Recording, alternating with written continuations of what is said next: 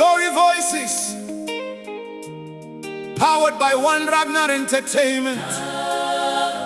Mwana wa Mwari, Nguva Yenyasha, Simuka Upenye. Hallelujah.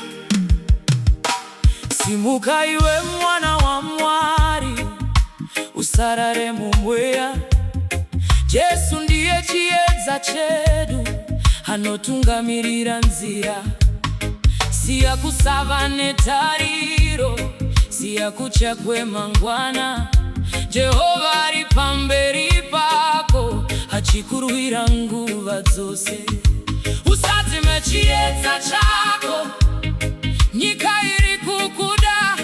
Ramba wakamira muna Kristu, usacheuke shure.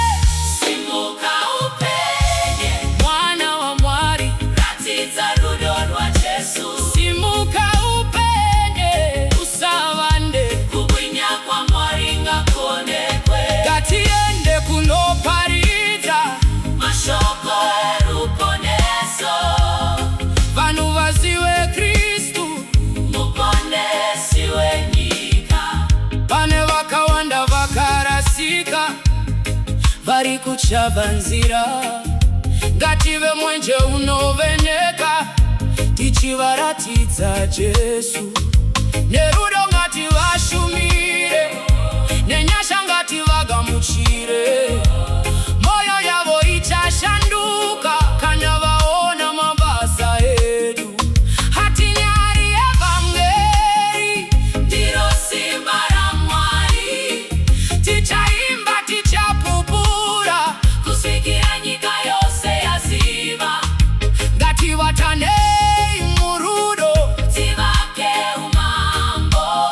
Kubwinya kwese ngakuve kuna Jehova oga. Simuka upenye, mwana wa Mwari, ratidza rudo rwa Jesu. Simuka upenye, usavande, kubwinya kwa Mwari ngakonekwe. Tichafamba nechiedza, tichakunda nerutendo. Glory Voices choir tinoimba, Jesu ndiye chiedza.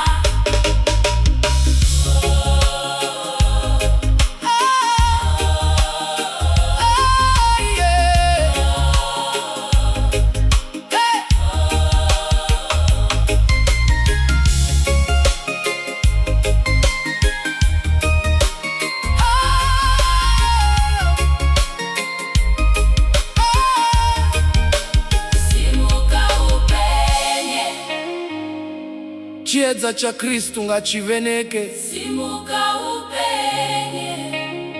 Hallelujah. Amen.